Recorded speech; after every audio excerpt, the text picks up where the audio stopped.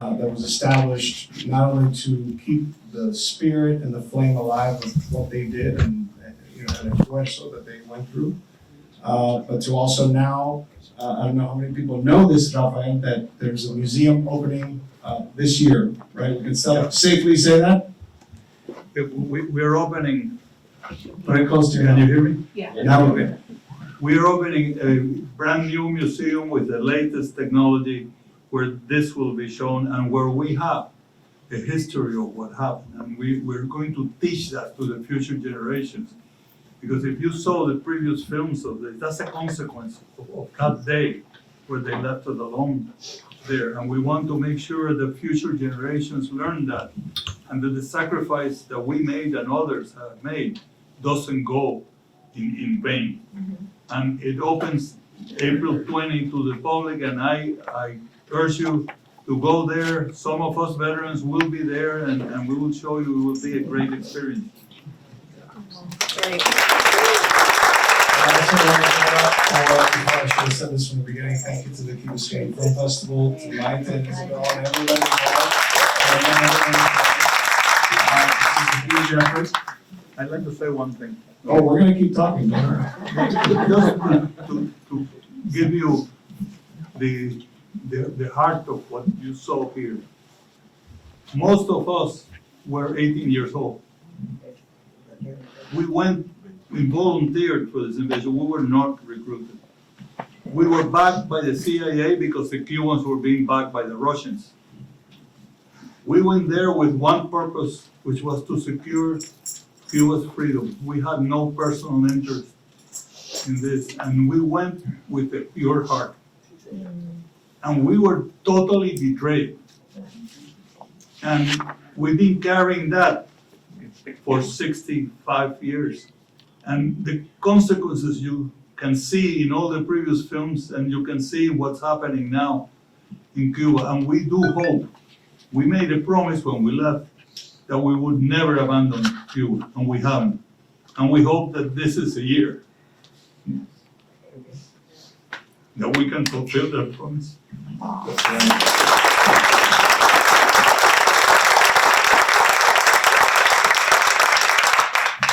We're gonna be doing Spanish or English?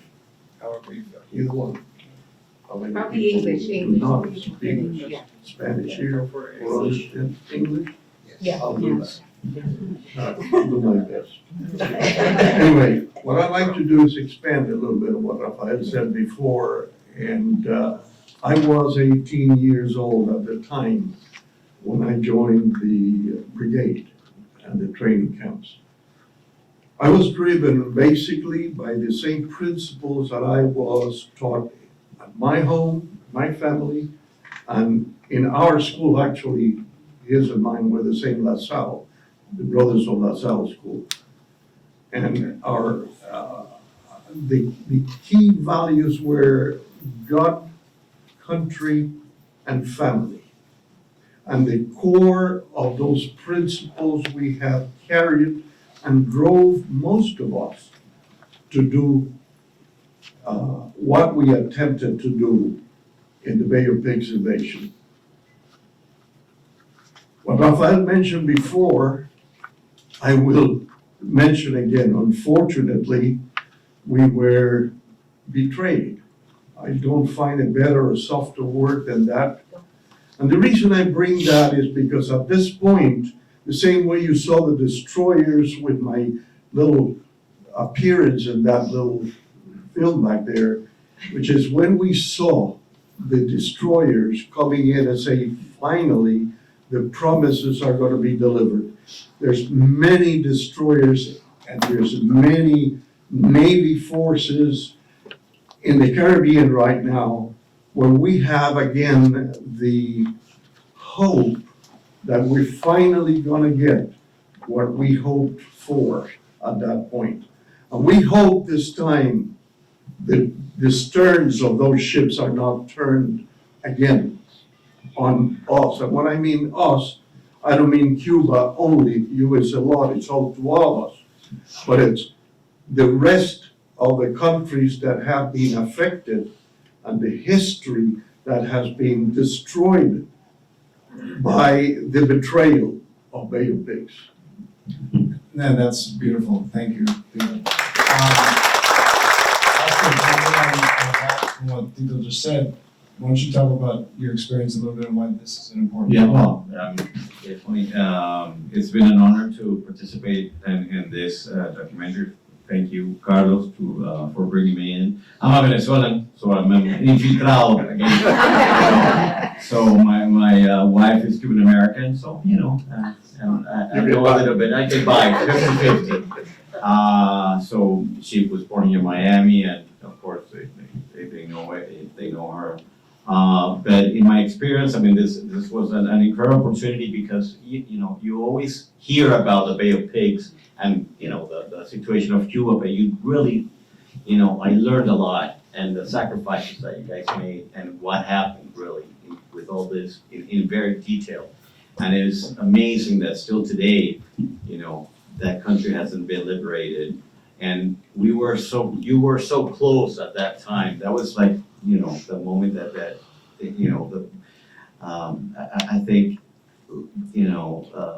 it would come to a different,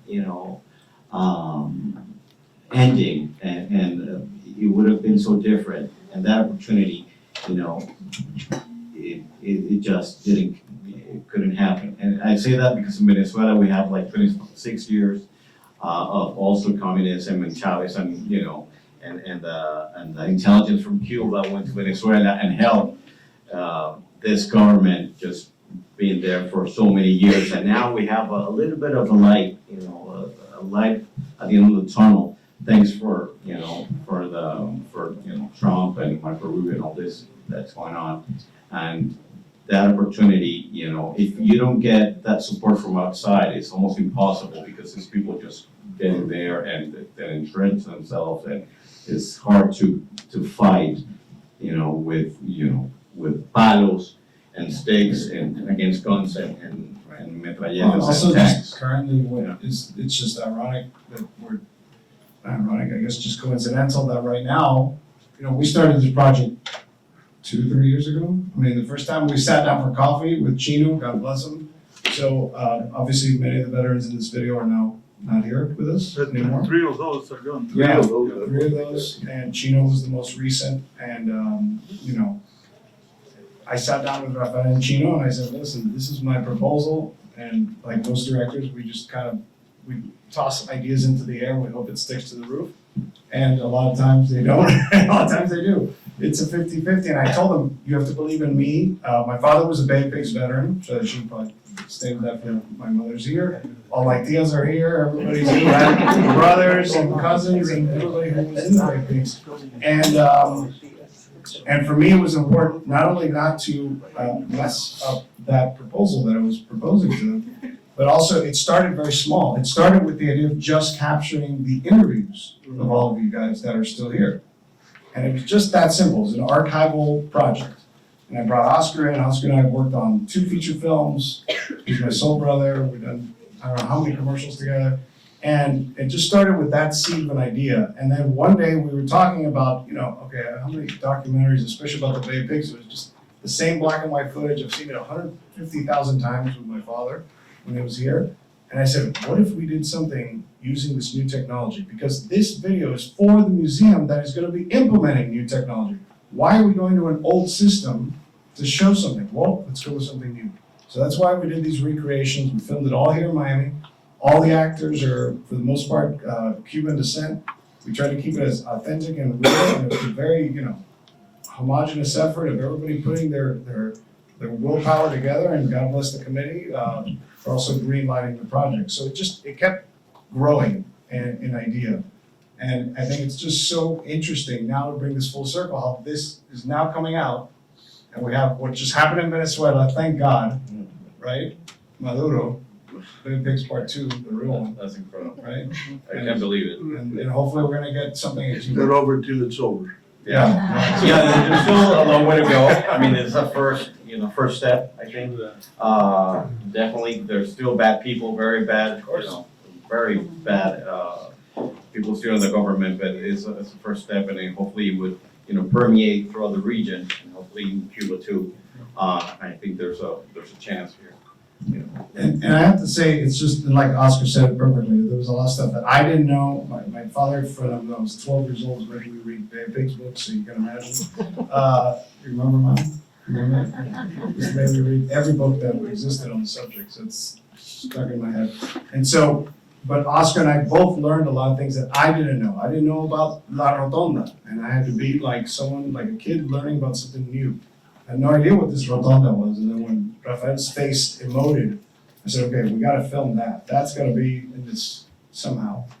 And Tito's story is amazing too, watching, you know, can you imagine watching a plane be destroyed with your two friends in it, explode in the water?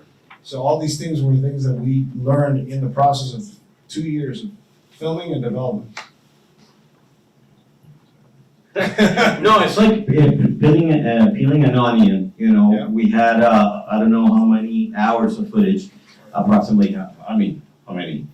40 hours of footage. So it took us about just 6 months, just, you know, peeling and seeing them. There were about 20 people interviewed. Yeah, I mean, we were fortunate that you gave us that latitude to film all the veterans that we did over the course of what, 7 days? What is remarkable is that the battle scenes there are extremely realistic. I mean, I landed in a boat like that, and when I see that, I feel being there because they're extreme. It's the same as La Rotonda.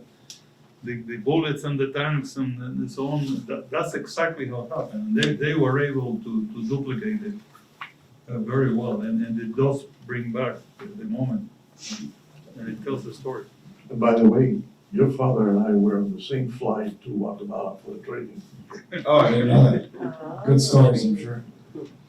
I mean, there's just so much to tell in pre the invasion, in the invasion, post the invasion, which is when a lot of these gentlemen spent 2 years in prison, being tortured, you know, being used as pawns in a game between the U.S. and Castro. So, you know, there's a lot left in this story to tell, and this is just, you know, the tip of the iceberg, but we thought it was probably arguably one of the most important parts because it's the invasion. It's the actual thing, and like most history books about the Bay of Pigs, and I would, you know, went to school outside of the state, and people would be like, Bay of Pigs, oh, I think I read about that. Yeah, there's a bunch of people, and something happened to them. So I think going really deep into the details of why it happened, how it happened, and that it was an actual battle, and it wasn't just some scheme, right, that just didn't work. So I think that was important to me. Maybe we can open it up before we Yeah, wrap up this. absolutely. Maybe if anybody has any questions that they want to ask, since we're lucky enough to have 2 survivors that are here, it's something very special. If anybody has any questions that they want to ask, or How did you get to come home? How did that happen?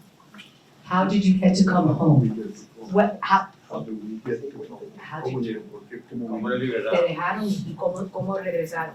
¿Cómo regresamos de Cuba? Sí. Oh, Ah, they left? Well, we They left? went from here, I'm deaf, so I'm gonna get it. We went from here, from Miami, in DC-4s with blacked out windows to Guatemala. And in Guatemala, there was a training camp in Betauleo, and that the brigade had opened up. And of course, the camp had been acquired by the CIA, the permission, and we trained there. From Guatemala, when we're ready for the invasion, we flew to Nicaragua, to Puerto Cabezas, and we left in the ships from Puerto Cabezas to Cuba. ¿Cómo salieron? ¿Cómo lo liberaron? So when you got that, when the US, you saw them leaving, how did you get back? No, we had no bullets left. We really no bullets left. We couldn't fight, so we tried to escape, and we were all captured. Most of us, some of us were not. Were shot, and we were captured and imprisoned for 2 years or 21 months. In prison, the brigade came together, and we resisted any effort for us to change or to be agreeable with them or so on, and we were a total pain in the butt to all of them, especially to Castro. They put us on trial. They wanted us to declare against the United States in the trial. And I never forget that day, because we were there and our defense lawyer asked for the death penalty. So that's our defense lawyer there. So they asked the officers first, they start, each of them, and said, do you have anything to declare? And they said, no, I don't have anything to declare, and I refuse to accept this tribunal. And then they went by and after, they realized that they were not going to get anyone to say anything against the United States. And then there was a riot. And the next day they brought the regular army troops with bullets and told us to be quiet. And the trial went very quickly, and they sentenced us to 30 years in prison. And then they put a price on us, from $500,000 for the leaders to $25,000.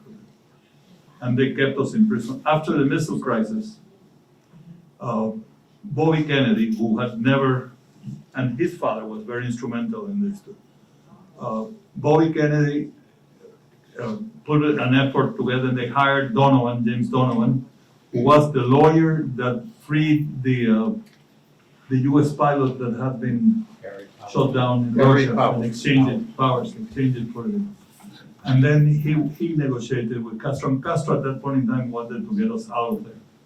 So they exchanged $60-some million of, I said of toilet paper, but of, Baby food. it was included. He got very upset about that, but baby food and so on for us.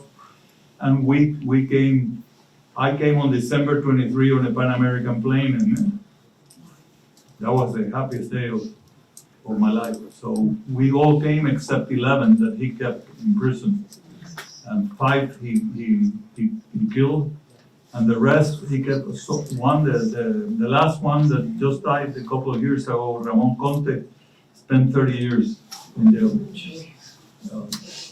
I also wanted to say there's another aspect to the story, to jump on that, is that a fact that we're gonna put in the documentary is that there were 4 American pilots that died in the Bay of Pigs invasion that nobody knows about. 4 American pilots that were the trainers, and went against orders. And they were ordered not to allow any of our crews to depart from Nicaragua to the beachhead. And they refused to abandon our pilots who they trained. And one of those planes, and they were shot down and gave their lives along with us. Great, Okay. thank you guys. We have to, Question. question, Okay. one more question? One more question. Okay, Marilyn. Carlos and Oscar, thank you so much. This was very, very vivid, but you have to continue. There's a lot more about this story than what you showed there. And what she asked, the coming back was even more impressive than what happened there. It was really incredible. Yeah. Thank you so much. Thank you. Thanks, everyone. Thank you, guys. Thank you.